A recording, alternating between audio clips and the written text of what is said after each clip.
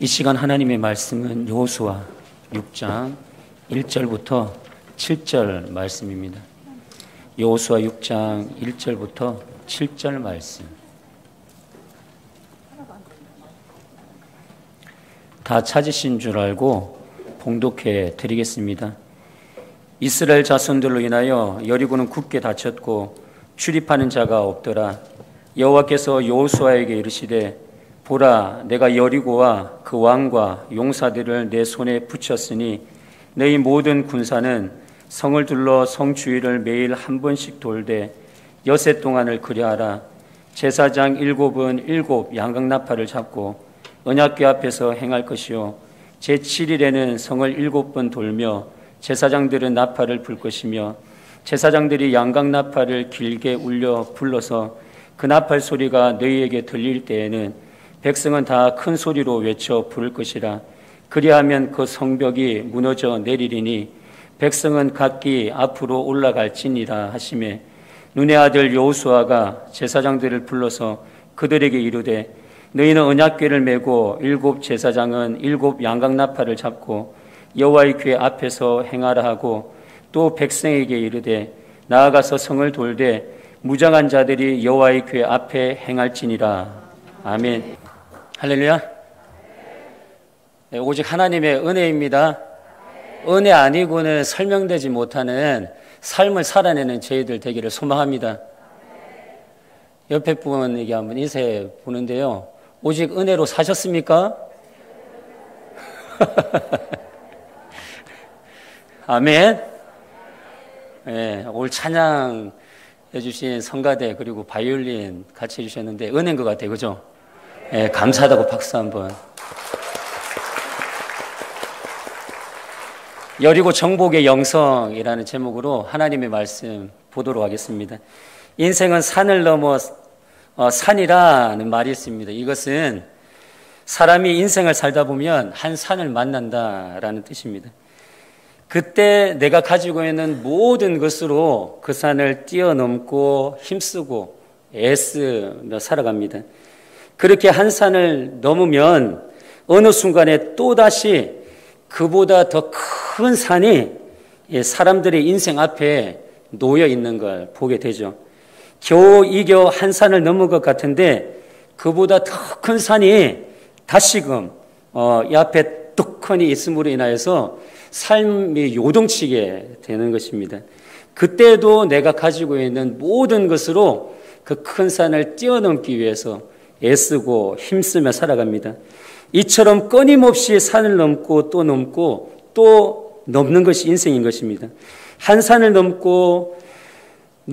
넘었다 싶으면 더 큰 산이 기다리고 있고 또 산을 넘을 때마다 좌절을 경험하게 되고 환희에 잠기기도 하고 절망하기도 하고 기쁨에 잠기기도 하고 이것이 이 땅을 살아가는 사람들의 인생살이인 것입니다. 이스라엘 백성들도 가나안에서 요단강이라는 한 산을 만났습니다. 그 순간 하나님의 도우심으로 요단강을 이겼어요. 그런데 이제 그들 앞에 더 큰 산이 기다리고 있었으니 바로 여리고성이었습니다. 이 여리고성은 난공불락의 성이었습니다. 요 근래 고고학자들이 여리고성을 발견했습니다. 발견한 흔적을 가지고 연구를 해보니 여리고성은 사람들의 물리적인 행동으로는 무너뜨릴 수 없는 구조로 되어 있다라는 것을 알게 되었습니다. 어떻게 되어 있었느냐 하면 여리고성은 외벽과 내벽 두 겹으로 되어 있는 거예요. 쌍벽을 이루고 있는 거예요. 외벽은 5m 정도의 높이인데 기초 성벽 위에 두께 2m 그리고 높이 7m의 진흙으로 만든 벽돌벽을 세웠다고 합니다. 그리고 지상으로부터 높이가 14m 정도 되는 뚝 위에 다시 높이 솟아오른 내성벽, 안에벽, 내성벽을 이렇게 지었다고 합니다. 즉 이 구조로 보면 난공불락의 구조를 가진 이중벽의 성으로서 양식만 풍족하면 수년 동안 버틸 수 있는 그러한 성이었습니다. 그런데 여리고에 양식이 아주 풍족했습니다. 여리고 지역은 오아시스 지역이었어요. 그래서 여리고는 토질이 기름지고 그리고 비옥했습니다. 덕분에 오렌지, 바나나, 그리고 대추, 야자 등 열대 과일들이 풍성해서 먹을 것을 자급자족했던 거죠. 그래서 여리고성에 있는 사람들은 적군이 쳐들어오면 어떻게 했느냐 하면 싸울 필요 없이 그냥 버티기만 하면 되었던 것입니다. 여리고는 난공불락의 성에다가 식량이 풍족했기 때문에 그래요. 전쟁에서 승리하기 위해서는 식량 수급이 원활하게 이루어져야 되거든요. 그런데 여리고는 오아시스로 비옥하고 식량이 풍족해서 식량 수급에 있어서는 자급자족할 수 있는 곳이었습니다. 여리고 성은 적과 전쟁에서 승리할 수 있는 만반의 준비가 되어 있었던 것입니다. 적군이 쳐들어왔을 때 여리고는 버티기만 하면 이길 수 있었습니다. 그래서 여리고 사람들이 이스라엘 백성들이 쳐들어왔을 때 어떻게 했습니까? 여호수아 6장 1절을 보면 여리고는 굳게 닫혔고 출입하는 자가 없더라 말씀하고 있는 거예요. 여리고 사람들이 여리고 성문의 빗장을 실러 잠궈 버렸던 것입니다. 성 안과 밖을 연결하는 유일한 성문을 굳게 닫아 버렸으니 아무도 드나들 수도 없었고 출입하는 자가 없었습니다. 성도된 우리들도 이 땅의 삶을 엮어가다 보면 여리고 성문이 굳게 닫힌 것처럼 초롱성같이 꿈쩍도 하지 않을 것 같은 문제들이 우리 앞에 놓이는 걸 보게 됩니다. 삶의 여리고를 만나게 된다라는 것입니다. 사업장의 여리고, 그리고 가정의 여리고, 그리고 자녀의 여리고, 그리고 질병의 여리고, 관계의 여리고 등등 수많은 삶의 여리고를 만나게 되는 거죠. 성도된 우리들도 이 땅의 삶을 엮어가기에 삶의 여리고 앞에 매일매일 설 수밖에 없는 것입니다. 지난 주간에도 삶의 여리고에 섰을 것이고 이번 주간에도 삶의 여리고에 설 것입니다. 초롱성 같은 삶의 여리고는 굳게 닫혀 있을 거예요. 그래서 도저히 넘을 수 없을 것 같고 무너뜨릴 수 없을 것 같은 그러한 생각이 들 정도의 그 여리고가 내 앞에 놓여져 있을 거예요. 사랑하는 성도님들, 초롱성 같은 이 삶의 여리고가 우리 앞에 있다면 성도된 우리들은 뛰어넘어야 될 줄 믿습니다. 싸워 이겨야 하는 것입니다. 난공불락의 삶의 여리고를 정복해야 하는 것입니다. 그럴 때에 하나님이 허락하신 약속의 땅을 누릴 수 있는 거예요. 들어갈 수 있는 것입니다. 하나님이 약속하신 것들을 누리게 되는 것입니다. 그런데 중요한 것은 이 여리고 정복은 우리의 힘으로 되어지는 것이 아니라 하나님의 은혜로 되어졌다라는 사실입니다. 꼭 마음 가운데 새기세요. 여호수아 6장 2절을 보면 여호와께서 여호수아에게 이르시되 보라 내가 여리고와 그 왕과 용사들을 내 손에 붙였으니 이렇게 말씀하는 거예요. 여호와 하나님께서 여호수아에게 이렇게 얘기하는 거예요.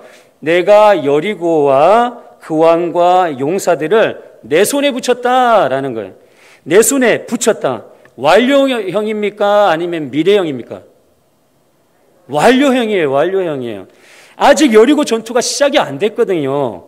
그런데 뭐라고 하시냐면 내 손에 모든 걸 다 붙였다라고 이렇게 말씀하시는 거예요. 여호와 하나님께서 아직 여리고 전투가 되어지지 않았는데 여리고가 이미 정복되었고 네 것이다 라고 이렇게 말씀하시는 것입니다. 이것이 하나님의 은혜인 것입니다.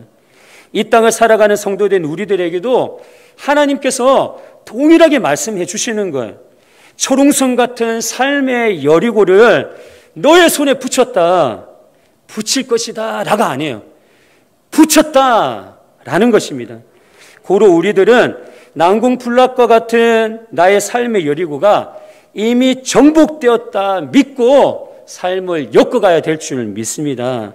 나의 삶의 여리고는 내 힘으로 정복되어지는 것이 아니라 오직 하나님의 은혜로 정복되어지는 것이기 때문인 것입니다. 그래서 지난번에 설교할 때 말씀드렸는데요, 우리는 이기기 위해 싸우는 싸움이 아니라 이미 이겨놓고 싸우는 싸움이다라는 거예요. 우리는 삶을 정복하기 위해서 싸우는 삶이 아니라 이미 정복해놓고 싸우는 싸움이다라는 것입니다. 이런 삶이 가능한 이유는 우리 앞서 행하시는 하나님이 우리를 위해 싸우시기 때문에 그래요. 우리보다 앞서 먼저 행하셔서 우리를 대신해서 싸우시는 하나님이 계시기 때문에 가능한 삶인 것입니다. 왜요? 그 하나님은 살아계시거든요. 그 하나님은 전능하신 분이시거든요. 그 하나님은 무에서 유를 창조하시는 분이시거든요. 없는 걸 있게 하시는 하나님이시기 때문에 그렇습니다. 그래서 우리는 이기기 위해 싸우는 싸움이 아니고 이미 이겨놓고 싸우는 싸움임을 마음 가운데 새기고 살아계신 하나님이 우리보다 앞서 먼저 행하셔서 나를 대신해서 싸우셔 승리를 주실 것이다 믿고 사시는 은혜가 있기를 주님의 이름 축복드립니다. 그러니 무엇이 두려우십니까? 힘을 내십시오. 삶에 흔들리지 마시고 비틀거리지도 마십시오. 이렇듯 성도된 우리들은 하나님의 은혜로 삶의 여리고를 이미 정복했습니다. 하나님의 은혜로 이미 정복한 삶의 여리고는 하나님의 전술로 누려야 되는 거예요. 그렇다면 어떠한 하나님의 전술로 삶의 여리고를 정복하고 누릴 수 있을까요? 첫 번째, 하나님의 전술은 순종의 영성입니다. 순종의 영성. 하나님의 말씀을 믿고 순종하는 영성으로 싸우고 정복해야 하는 것입니다. 여호수아 6장 3절에서 5절 말씀을 보면 너희 모든 군사는 성을 둘러 성 주위를 매일 한 번씩 돌되 엿새 동안을 그리하라. 제사장 7은 7 양각나팔을 잡고 언약궤 앞에서 행할 것이요 제7일에는 성에 7번 돌며 제사장들은 나팔을 불 것이며 제사장들이 양각나팔을 길게 울려 불러서 그 나팔 소리가 너희들에게 들릴 때에는 백성이 다 큰 소리로 외쳐 부를 것이라. 그리하면 그 성벽이 무너져 내리리니 백성은 각기 앞으로 올라갈지니라 하시매 라고 이렇게 말씀하시는 거예요. 하나님께서 이스라엘 백성들에게 여리고를 정복하기 위해서는 6일 동안 하루에 한 바퀴씩 돌아라. 그리고 마지막 7째 날에 7바퀴를 돌아라. 이렇게 명령을 하시는 거죠. 그러면 그것을 순종하면 이 여리고가 무너질 것이다 라는 거예요. 상식적으로 말이 되는 요구인가요? 세상의 상식이라면 이래야 돼요. 이스라엘 백성들이 중무장을 해서 전차와 탱크를 몰고 와야 돼요. 그리고 대포, 미사일 등을 가지고 와가지고 여리고성 앞에 딱 대치를 해야 돼요. 그러면 여리고성 주민들이 너무 무서워가지고 항복선언을 했을 거예요. 그런데 지금 하나님께서 이스라엘 백성들에게 남루한 옷차림 그대로 여리고성을 돌기만 하라는 거예요. 그러면 그 견고한 성 여리고가 무너질 것이다 말씀하시는 것입니다. 인간의 상식으로는 이해할 수 없는 하나님의 말씀을 순종하라는 거예요. 사랑하는 성도님들, 이 인간의 상식으로 이해할 수 없는 이 하나님의 말씀 순종하기 어려울까요? 어려울까요? 네, 어려워요. 이 땅을 사는 모든 사람들은 하나님의 말씀을 지키는 게 어려워요. 상식이 아니기 때문에 그래요. 하나님의 말씀, 하늘의 말씀이기 때문에 그렇습니다. 하루에 한 바퀴, 7째 날 7바퀴를 돌고 나팔을 불고 와! 하고 외치면 굳건하게 닫혀있던 괴물과 같은 여리고성이 무너질 것이다. 무너질 것 같으세요?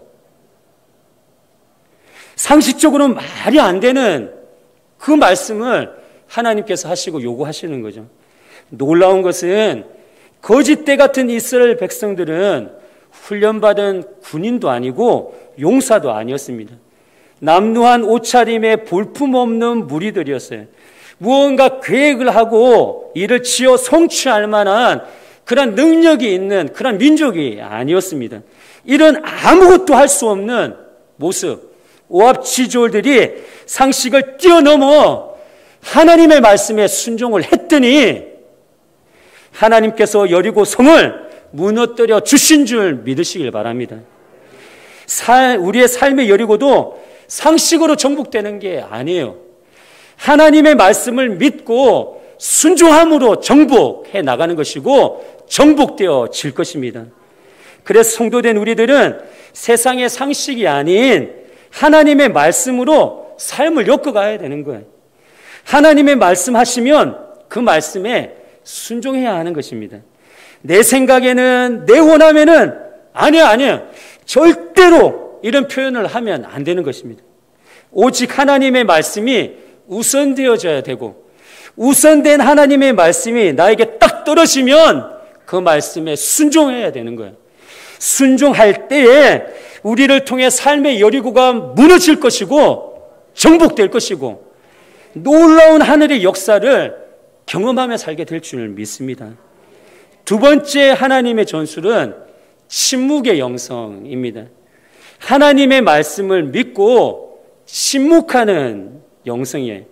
침묵의 영성으로 싸우고 정복해라 이렇게 말씀하시는 거죠. 이것도 우리 생각과는 다른 것 같아요.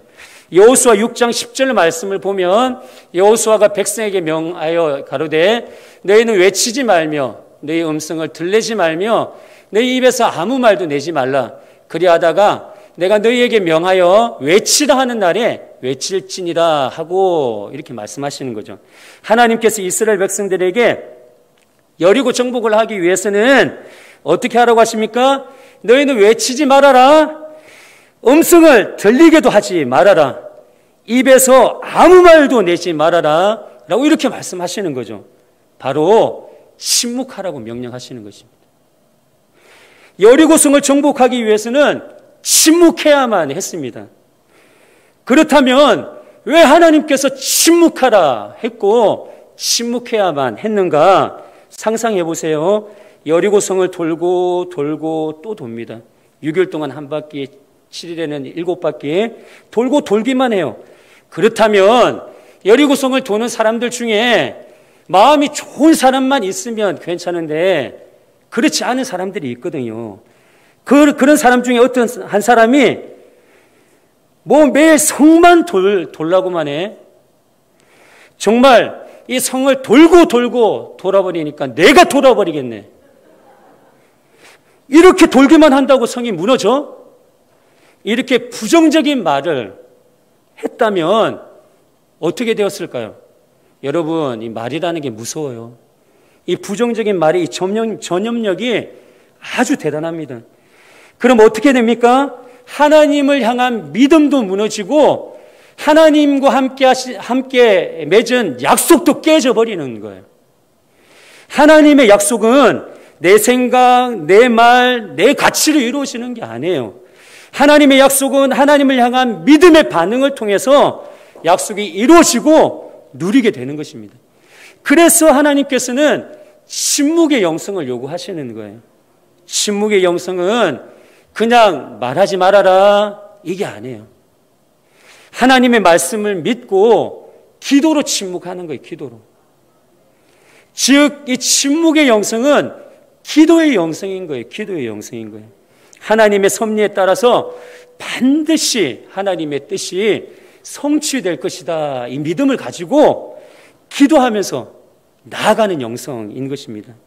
그래서 성도된 우리들은 내가 하고 싶은 말이 있으면 내가 하고 싶은 말이 얼마나 많아요. 내가 하고 싶은 말을 이 말을 다 하고 살면 안 되는 거야. 내가 하고 싶은 말을 모두 내뱉어 버리면 안 되는 거예요. 이 하고 싶은 말을 모두 다 내뱉어 버리면 어떻게 되느냐 하면 꼭 사단이 나요. 꼭 사단이 나는 걸 봐요.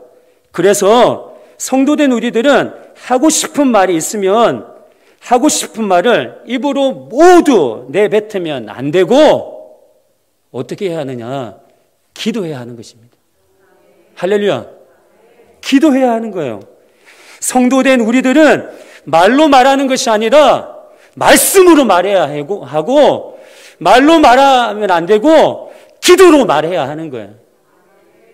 말로 말하는 것이 아니고 말씀으로 말하고, 말로 말하는 것이 아니고 기도로 말하는 이들이 이 땅을 살아가는 성도된 자들의 삶의 모습이어야 된다라는 것입니다. 그럴 때 하나님의 뜻과 섭리가 나를 통해서 성취되어지는 거예요. 우리들은 수다 떠는 자리에 있기를 좋아하잖아요. 그런데 이 수다 떠는 자리에 있으면 안 돼요. 기도의 자리에 있기 위해서 애써야 하셔야 되는 것입니다. 그래서 새벽 기도에 나오셔야 되고, 그래서 한 주간 새벽 기도에 못 나오시면 금요 심야 기도회라도 나오셔야 돼요. 그래서 하나님께서 각자에게 주신 기도의 분량을 채워 나가셔야 하는 것입니다. 그리고 내가 하고 싶었던 말 사람들에게 하는 것이 아니고 누구에게 해야 돼요? 하나님께 해야 돼요. 하나님께. 기도의 자리에서 하나님 이러실 수가 있습니까? 나는 믿음대로 살았는데 이 삶이, 이 환경이 왜 이렇습니까? 하나님, 지금 이게 이해가 되지 않습니다. 하나님, 제가 어떻게 해야 됩니까? 대답 좀 해 주십시오. 이 마음에 있는 이것들을 사람에게 얘기하면 안 된다라는 거예요. 사람에게 얘기하면 안 되고 기도의 자리에서 하나님께 이야기하셔야 하는 것입니다. 모든 것들 하나님 앞에 쏟아 부으시고 하나님이 내 인생을, 내 삶을, 내 결국을 아름답게 이끌어가고 있다 믿으시면 그 하나님께 다 쏟아 부으시고 사람이 아닌 하나님을 바라봐야죠. 하나님이 내 모든 것들을 책임지신다 믿으시면 환경이 아니라 하나님께 주파수를 맞춰야죠. 그렇게 사시는 저와 여러분 되기를 주님의 이름 축복드립니다. 또한 이 침묵의 영성은 인내의 영성인 거예요. 이사야 55장 8절 9절 말씀을 보면 여호와의 말씀에 내 생각은 너희 생각과 다르며 내 길은 너희 길과 달라서 하늘이 땅보다 높음같이 내 길은 너희 길보다 높으며 내 생각은 너희 생각보다 높으니라 말씀하세요. 하나님의 생각과 사람의 생각은 진짜로 달라요. 여러분 꼭 기억하셔야 됩니다. 하나님의 길과 사람의 길은 완전히 달라요. 고로 하나님의 시간표와 우리의 시간표도 다를 수밖에 없어요. 우리가 바라보는 응답의 때와 하나님이 우리에게 주시고자 하시는 응답의 날도 당연히 다른 거죠. 그래서 우리가 바라는 응답의 때를 내려놓고 하나님의 응답의 때를 기다려야 하기 때문에 인내가 필요한 것입니다. 인내의 영성 또한 마냥 기다리는 것이 아니고 하나님이 가장 합당한 때에 응답을 주실 것이다 라는 이 믿음으로 기도함으로 인내하면서 기다리는 것입니다. 사랑하는 성도님들, 성도된 우리들은 침묵의 영성으로 삶을 엮어가야 하는 것입니다. 기도해야 합니다. 인내해야 합니다. 내 생각을 내려놓아야 합니다. 나의 때를 내려놓아야 합니다. 그럴 때 나의 삶의 여리고는 정복될 것이고 내가 경험해보지 못한 놀라운 하나님의 그 은혜를 경험하며 누리며 두 눈으로 똑똑히 목도하며 살아가게 될 것입니다. 한 권사님이 계세요. 권사님 내외가 로또 복권방을 운영하세요. 안산에서 1등이 여러 번 나왔어요. 한 번도 아니고 하여튼 여러 번 나왔어요. 안산에서는 꽤 유명한 로또 명소입니다. 그래서 주말과 주일이 되면 지방에서도 많은 사람들이 찾아옵니다. 그런데 가게가 있던 장소에 이제 재개발을 하게 되어서 어쩔 수 없이 가게를 이전해야만 했어요. 이전하여 로또 복권 가게를 운영해야만 했습니다. 그런데 같은 업종들이 주변에 있잖아요. 거래 제한이 있지 않습니까? 그래서 그 부분을 침범을 해버리면 이 로또 가게를 못하는 거예요. 운영을 못하는 거예요.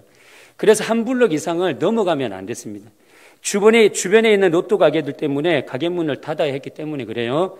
그래서 기간 내에 기존 가게랑 가까운 곳에 이전할 가게를 찾아야만 했습니다. 그런데 거리 제한이 안 걸리는 선에서 가게를 찾다 보니까 하늘의 별 따기인가, 하늘의 별 따기.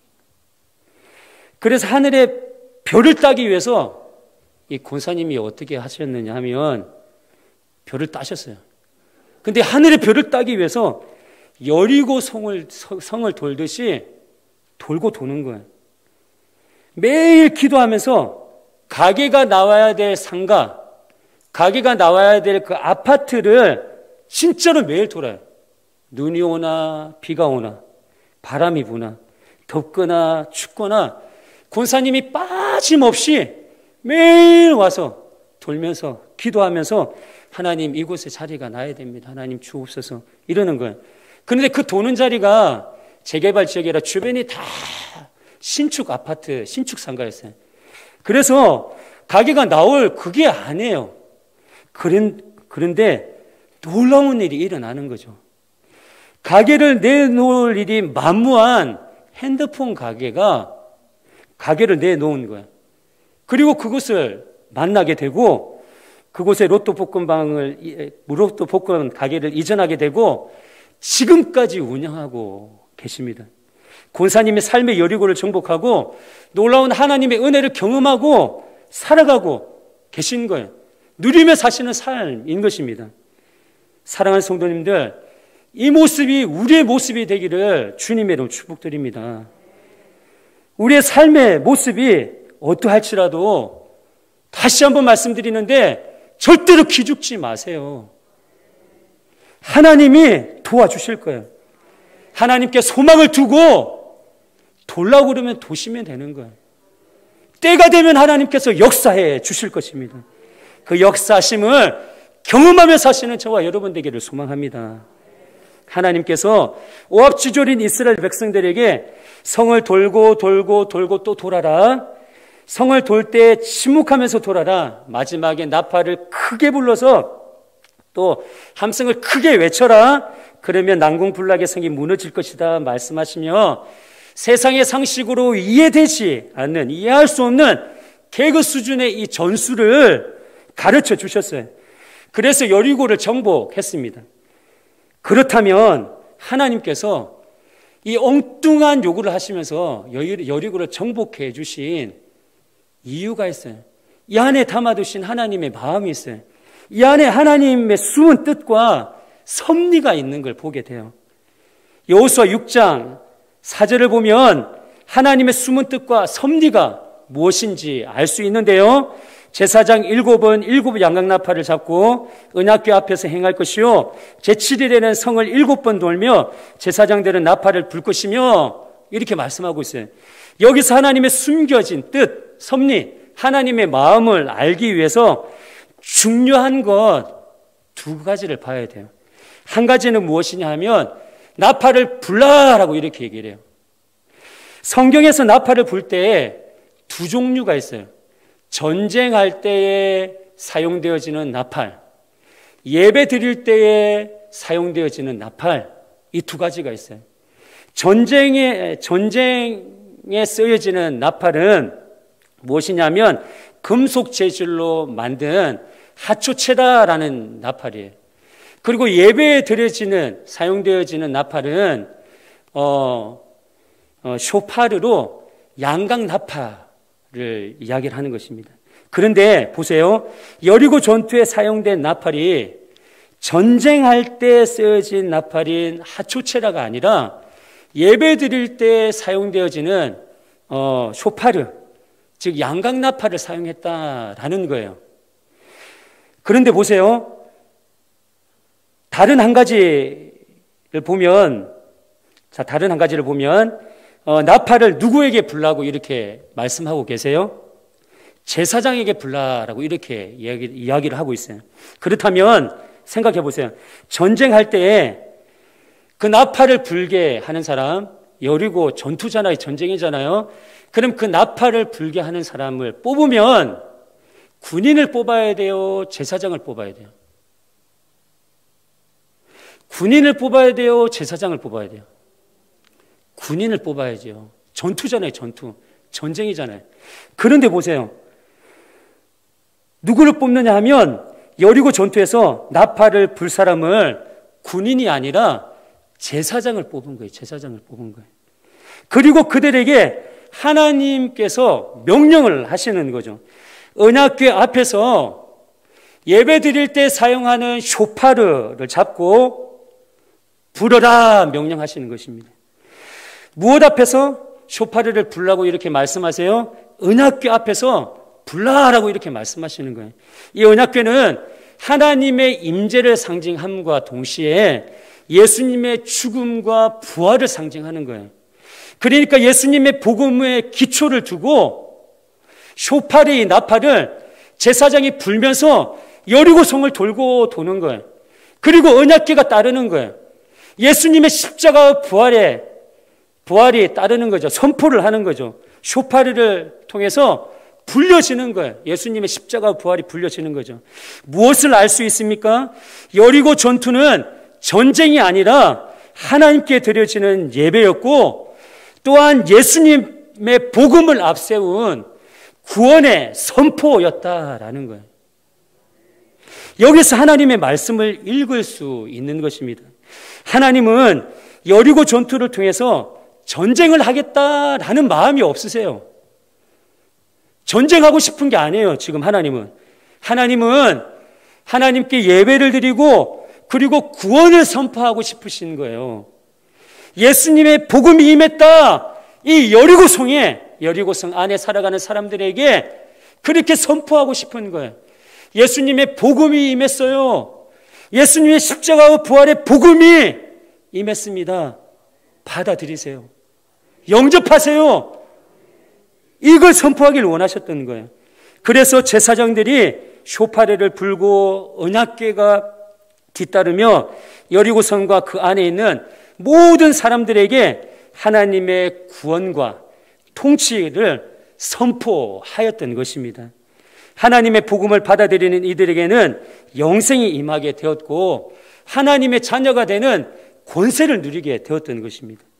그렇지 않는 사람들에게는 심판과 멸망이 기다리고 있었고 진짜로 때가 되어서 멸망당했던 것입니다.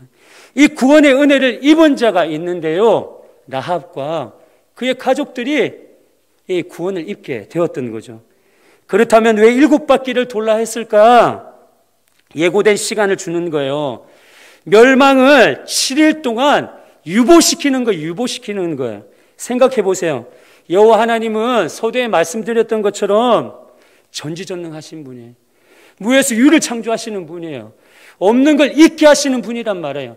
살아계신 분이세요. 그래서 물을 포도주로 만드셨고 죽은 나사로도 살리셨으며 천지만물을 창조하신 분이시란 말이에요. 그렇다면 여리고를 심판하겠다 마음을 먹으셨다면, 여리고를 멸망하려고 마음을 먹으셨다면 여러분 7일 동안 기다릴 필요가 있을까요? 아니요. 기다릴 필요가 없어요. 그냥 하루 동안 여리고성을 하나님의 방법으로 무너뜨리면 되는 거예요. 하루가 뭐예요? 반나절에 그냥 뚝딱 해가지고 여리고성을 없애도 되는 거예요. 아니 1시간까지도 필요 없는 거예요. 그렇게 크신 분이 하나님이시란 말이에요. 그런데 여리고성을 함락하기 위해서 7일간의 시간, 7일간의 기회, 7일간의 은혜를 주시는 것입니다. 여리고성과 그 안에 있는 사람들에게 7일 동안 구원의 나팔 소리가 불려질 때, 예수님의 십자가와 부활의 그 복음이 들려질 때에 7일이라는 이 기간 안에 그 복음을 듣기를 원하셨던 거예요. 그래서 영적으로 삶적으로 살아나기를 원하셨던 거예요. 구원을 갈망하는 마음으로 하나님은 이스라엘 백성들에게 여리고를 돌고 또 돌고 또 돌아라 말씀하시는 것입니다. 하나님은 7일의 기간 동안에 여리고성과 그 안에 있는 사람들이 구원을 받기를 열망하셨던 것입니다. 사랑하는 성도님들, 이것을 볼 때 하나님이 영혼을 얼마나 사랑하시는지, 열망하시는지 알게 되는 거죠. 그 영혼들을 너무 사랑하셔서 세상의 상식으로 이해할 수 없는 하나님의 방법과 수단으로, 하나님의 전략과 전술로 영혼들을 구원해내시는 하나님의 모습을 보게 되는 것입니다.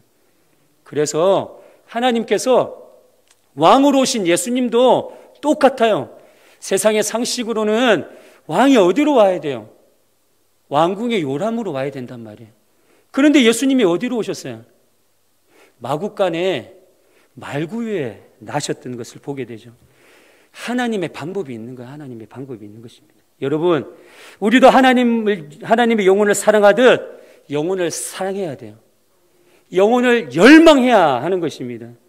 동일하게 세상의 상식이 아닌 하나님의 방법과 수단으로, 하나님의 전략과 전술로 영혼을 구원해내기 위해서, 하나님이 허락하신 내 삶의 승리의 깃발을 꽂기 위해서 순종의 영성으로, 침묵의 영성으로 십자가의 길을 부단히 걸어가야 하는 것입니다. 무던히 걸어가야 하는 거예요. 그래서 삶의 여리고를 돌고 또 돌아야 하는 것입니다. 그러면 때가 되면 여리고가 무너졌듯이 철의 장막이 그치듯 어둠의 영이 거치게 될 것입니다. 초롱성 같았던 삶의 여리고가 하나둘 무너지게 될 것입니다. 삶이 회복되게 될 것이고 구원의 노래가 울려 퍼지게 될 것입니다. 걸음마다 영혼의 열매가 연걸어질 것입니다. 저도 요즘 주님의 쇼파르가 되어서 여리고를 돌듯 교회 주변을 돌고 있습니다. 하나님, 이 땅을 주옵소서. 이 땅을 주셔야 됩니다. 하나님, 이 땅에 영혼들을 주옵소서. 우리 목양교회에 주옵소서. 기도하면서 도는 거예요. 예수님의 복음의 나팔 소리를 높이며 여리고를 돌듯 이 주변의 땅을 밟는 거예요. 그리고 가게에 들어가서 예수님의 복음의 쇼파르를 높이 듭니다. 만나는 사람들 붙잡고 예수님의 복음의 나팔을 높여요. 다가오고 방문하면서 아파트 오르락 내리락 하면서 복음의 나팔을 높여요. 여러분, 이제는 우리가 주님의 쇼파르가 되어야 하는 것입니다. 삶의 터전에서, 내가 살고 있는 그 자리에서 우리가 시간을 내기 힘들잖아요. 화요일날 목요일날 전도팀 나오는 거 얼마나 힘들어요. 그런데 화요일날 목요일만 전도를 해야 돼요? 아니잖아요. 365일이 영혼을 살려나가는 그 날이 되어야 하는 거예요. 우리의 삶이 되어야 하는 것입니다. 그러면 나의 삶의 터전에서, 내가 살고 있는 자리에서 여리고를 돌듯이 돌고 또 돌아야 하는 거예요. 그러면서 나의 삶도 이겨나가고 나를 통해서 예수님의 복음도 그 나의 삶의 터전에, 그리고 내가 살고 있는 곳에 흘러가야 되는 것입니다. 그래서 부탁드리는데요, 예배 후에 기도하실 때에 전도지나 주보를 꼭 가져가세요. 주일날 오셔가지고 꼭 가져가셔가지고, 조금 괜찮아요. 10장 가져가도 괜찮아요. 많이 가져가셔서 하실 수 있는 분은 100장 괜찮아요. 1000장 가져가실 분은 다 가져가세요. 다 줄게 그냥. 네, 괜찮아요. 몇 장이라도 괜찮아요. 그리고 주변에 전도지를 뿌리고, 그리고 복음을 전하세요. 아파트 오르락 내리락 하면서 주보를 꽂으세요. 태신자들에게 찾아가서 예수님의 복음의 나팔 소리를 높이 드세요. 여러분들이 서 있는 곳에 삶의 터전에서 순종의 영성으로, 침묵의 영성으로 구원의 나팔의 그 기치를 높이 드세요. 그리고 잊어서는 안 되는 것입니다. 하나님, 이곳의 영혼을 구원하여 주옵소서. 그렇게 하나님의 나라를 세워나가는 우리 목양교회 성도님들 되기를 주님의 이름 축복드립니다. 한 영혼을 구원하기를 열망하시는 하나님의 마음을 품고 하나님이 기뻐하시는 전도를 쉬지 않는, 전도가 삶이 되어지는 저와 여러분 되기를 주님의 이름으로 축복드립니다.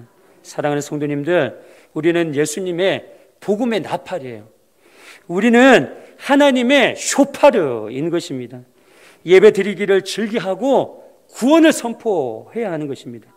그래서 이 땅을 살면서 삶의 무게에 눌려 너무 힘들어 아파하고 고통스러워하는 이들에게 예수님의 십자가와 부활의 복음, 화평과 구원의 복음을 듣게 해서 세상이 아니라 하나님 안에서 소망 있는 삶을 살도록 해 나가야 되는 것입니다. 우리가 주님의 쇼파르가 됩시다. 우리를 만나는 모든 사람이 삶의 부분도 회복되어지고 영적인 부분도 치유함을 받아 부흥의 역사, 놀라운 삶의 역사가, 하나님의 은혜가 그 발걸음 가운데 있기를 주님의 이름으로 축복드립니다.